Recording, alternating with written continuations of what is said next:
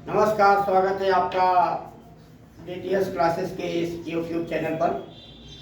आज हम वार्ता कर रहे हैं कक्षा 10 के उन विद्यार्थियों के लिए जिनका अभी हाल ही में बोर्ड पेपर होने वाला है, जो बोर्ड की तैयारी कर रहे हैं।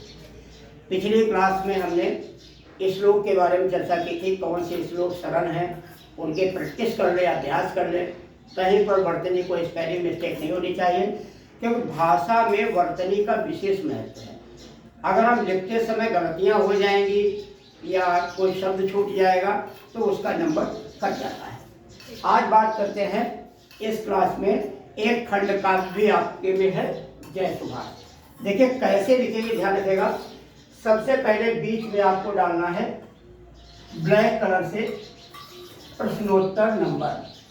अब प्रश्नोत्तर नंबर जिस पे भी हो, 2 पे, 3 पे, 4 पे, 5 पे, 6 पे, 7 पे, 8 पे, जिस भी नंबर पे क्वेश्चन हो, इस तरीके से अवश्य डालें। सभी बच्चे ध्यान रखिएगा, ये जो हाशिया खींचा जाता है इसके साइड में कुछ नहीं लिखा जाता। बहुत से लोग यहीं पर प्रश्न नंबर डाल देंगे या यहीं पर क्वेश्चन डाल देंगे। अंग्रेजी का तो इस्तेमाल करना ही नहीं है, क्वेश्चन नंबर नहीं लिखना है। अंग्रेजी के अंकों को छोड़कर किसी भी प्रकार के अंग्रेजी के शब्दों का प्रयोग, अंग्रेजी के अक्षरों का प्रयोग वर्जित है, एक तरीके से मना है, और आप उसका प्रयोग नहीं कर सकते। तो बीच में प्रश्नोत्तर नंबर जो भी ब्लैक कलर से लाइन खींच दे, जय सुभाष वाला आएगा। उसमें 4-5 तरीके के खंड का दिए होंगे, वो जिला व जिला अलग अलग चलते हैं। लखनऊ जिला में जो चलता है खंड का वो जय सुभाष। मैं आपको वो बात बता रहा हूँ कि कैसे इसमें आपको पूरा नंबर मिलेगा, एक भी नंबर की कटौती नहीं होगी। प्रश्न यह है कि एक भी नंबर की कटौती ना हो। तो यहाँ पर लिखेगा जय सुभाष, उसके आगे श्री विनोद चंद्र पांडे विनोद। ध्यान रखिएगा, विनोद इन्वर्टेड कॉमा में लिखा हुआ है, अर्थात ये टाइटल नेम है, एक सर नेम है। तो ये ऊपर लिखा, फिर क्या लाइन आपकी होगी, श्री विनोद चंद्र पांडे विनोद रचित खंड काव्य जय सुभाष देश की आज़ादी के महानायक सुभाष चंद्र बोस के जीवन पर आधारित है। उनके चरित्र की निम्नलिखित विशेषताएं हैं। आगे ध्यान रखिएगा, इतनी बात अगर आपने लिखी है तो समझो आधे नंबर का काम कर लिया। और अगर ये नहीं लिखा है तो कितना वो अच्छा लिखो, आपको 1.5, 2 से 2.5 से ज़्यादा नंबर नहीं मिलेगा। अगर आप चाहते पूरा आपको 4 नंबर मिल जाए, कोई भी कटौती ना हो, तो स्टार्टिंग यहीं से होनी चाहिए, क्योंकि प्रारंभ जिसका अच्छा है उसका भविष्य भी अच्छा हो जाता है। इसलिए प्रारंभ आपका इसी से, बिल्कुल ये लाइनें याद कर लो, इसी तरीके से लिखना है। इसलिए विनोद चंद्र पांडे विनोद रचित खंड काव्य जय सुभाष, जय सुभाष को हाईलाइट करिएगा, नीचे भी लाइन खींच दीजिएगा। देश की आज़ादी के महानायक सुभाष चंद्र बोस को हाईलाइट करिएगा कि ये जीवन पर आधारित है। उनके चरित्र की विशेषताएं निम्नलिखित हैं। आगे आपने क्या कर दिया, आगे डैश कर दिया। अब आपको कम से कम 5 हेडिंगें डालनी है।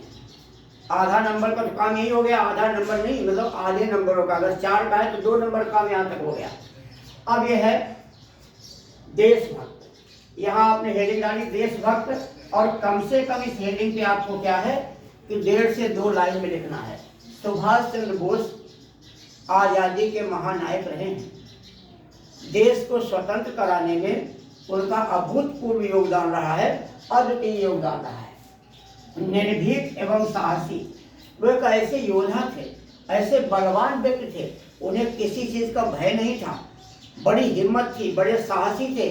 इसलिए वो भेष बदल करके अंग्रेजों से छिपते हुए विदेश भी चले गए थे। अगला है महान दूरदर्शी, भविष्य की सोचने वाले, एक महानायक वो थे।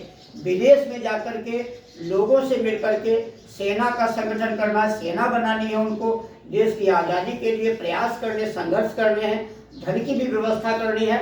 अगला है अपार नेतृत्व क्षमता।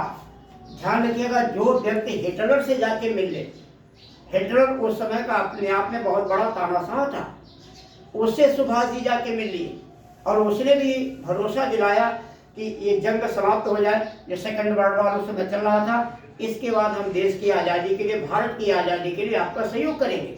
वो हिटलर जो किसी से नहीं मिलता था, वो भारत जैसे देश के लोगों से मिल लिया।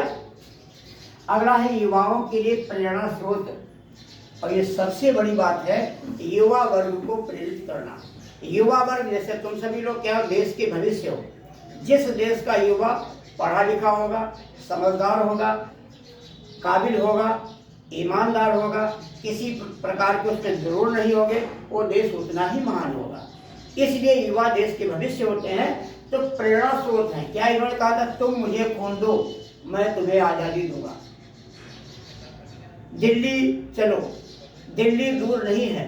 तो आज़ादी की जंग के लिए जितने उन्होंने प्रयत्न किए हैं वो अपने आप ही अद्वितीय हैं। तो ध्यान रखेंगे बेटा, क्या करना है आपको, प्रत्येक हेडिंग पर कम से कम 2 से 2.5 लाइनें लिखनी, क्योंकि बोर्ड काफ़ी थोड़ी लंबी होती है। 2 से 2.5 ब्लैक कलर से हेडिंग डालनी है। हर हेडिंग पे 2 से 2.5 लाइन तक आपको लिख देना है। और ऐसे मान चलिएगा कम से कम 2 पेज में उत्तर आपका आना चाहिए। पेज मीन्स एक इधर का हिस्सा और एक इधर का हिस्सा, 2 पेज जवाब आना चाहिए। ऊपर प्रश्नोत्तर नंबर पड़ा है। जय सुभाष, यदि आपने विनोद चंद्र पांडे विनोद नहीं लिखा, तमाम बच्चों को पता ही है सुभाष क्या है। उन्होंने लिखा जय सुभाष ऐसे थे, जय सुभाष नहीं ऐसे थे। वो किताब का नाम जय सुभाष है, वो एक खंड काव्य है। इसका जो नायक है, मेन लीड है, वो है श्री सुभाष चंद्र बोस।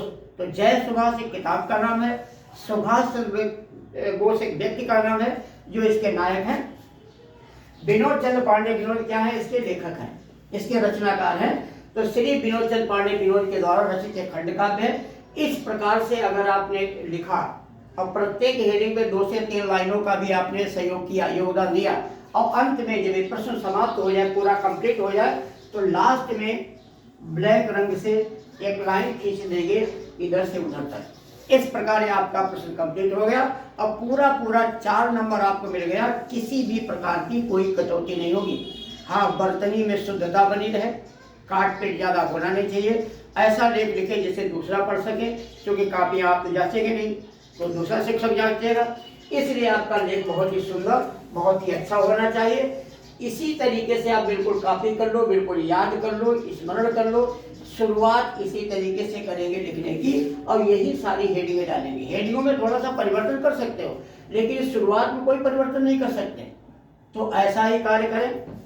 तो ये क्लास में हमने आपको सुभाष चंद्र बोस के बारे में बताया, और अगली क्लास में हम आपको बताएंगे विभिन्न लेखकों और कवियों के जीवन परिचय कैसे लिखे जाए, किस प्रकार से उनकी रचनाओं का उल्लेख किया जाए। मेरा एक ही प्रयत्न है कि सभी लोग अच्छे नंबरों से पास हो जाओ। ध्यान रखिएगा, 10th में पास होना आवश्यक नहीं है, अच्छे नंबर लाना बहुत आवश्यक है। और साथ ही साथ उतना अच्छा ज्ञान भी आपको हो जाना चाहिए कि हाँ वाकई हमने मेहनत की है, वाकई हमने पढ़ा है। तो ध्यान रखिएगा, इसको समझ लो। अपने मित्रों को, परिचितों को इसका लिंक जरूर शेयर कर दें, ताकि सभी का कल्याण हो जाए। और इस चैनल को आप सब्सक्राइब करें, इसको लाइक करें, अपना कमेंट लिखें, अपने विचार जरूर रखें, क्योंकि आप जो विचार रखेंगे, जो सुझाव देंगे, उस सुझाव पर हम अगली की क्लासेस में चर्चा करेंगे। और ये चाहेंगे कि 10th से संबंधित बहुत सी बातें आपको प्राप्त हो जाए, ताकि अच्छा से अच्छा आपको नंबर मिल जाए। 10th के साथ में 12th का भी क्लास करेंगे, और क्रमशः आपके पास ये चीज़ें पहुँचाते रहेंगे। तो आपके उज्जवल भविष्य की शुभकामनाओं के साथ नमस्कार, जय हिंद।